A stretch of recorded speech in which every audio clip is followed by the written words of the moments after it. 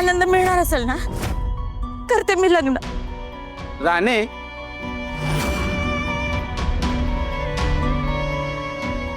ए हुकमाची राणी, कुठं हरवलीस?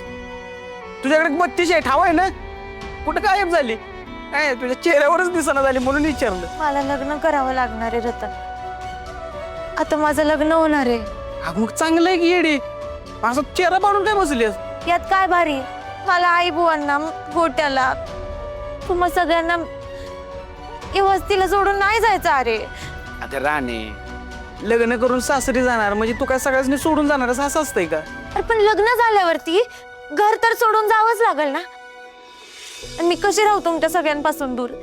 अरे इथे वस्तीत कसं हाक मारली तर आपली माणसं आहेत हे मला माहितीये. तिकडं कोणाला हाक मारणार आहे?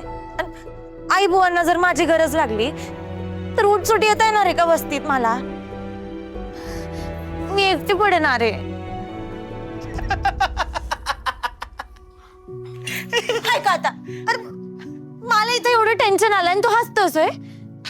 अगं मग हसू नाही तर काय करू? तू बोलतेसच तशी. मला एक सांग, तुझं लगीन होणारच नव्हतं असं वाटलं होतं का तुला? आता तुझं वय झालंय म्हणल्यावर तुझं लग्न पण होणार, तुला सासरी पण जावं लागणारच का नाही? अरे पण हा अन्याय नाही का? आता आई बुवांना मी सोडून दुसरं कोण आहे बरं सांग? अरे थकलेत आता ते. आणि नवरा मुलगा जातो का त्याचं घर सोडून, मग मी का म्हणून जायचं? हे बरोबर आहे तुझं, पण माझ्याकडे काय तुझ्या या प्रश्नाचं उत्तर नाही. हा, पण तुला मी एक सांगू शकतो. तुझं लग्न झालं का नाही की नवऱ्याला डायरेक्ट ऑर्डर दिली का तर सांगायचं, मी माझ्या आईला आणि बुवासनी भेटायला रोज जाणार, आणि हो गोट्याला, रतनला आणि वस्तीतल्या सगळ्यांनी भेटायला जाणार.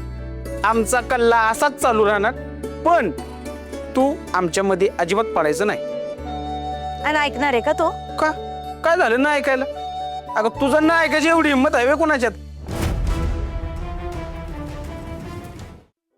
तू मला फक्त सांग, तुला कसला नवरा पाहिजे? चांगला. अगं चांगला म्हणजे कसला? आता चांगला म्हणजे स्वभावानं, मनानं चांगला पाहिजे बघ, है ना? दिसणं वगैरे काय आपल्या हातात नसतं, पण माणूस मनानं चांगला असणं, स्वभावानं चांगला असणं जास्त महत्वाचं आहे. शरीरानं धडधाकट असला म्हणजे झालं, त्याला ना माणसांची किंमत असली पाहिजे. जीवाला जीव देणारा पाहिजे, है ना? कष्टाची लाज नको वाटायला. समजुतीनं घेणारा पाहिजे. मी कसं त्याच्या आईवडिलांचं आपलं म्हणून सगळं करल ना,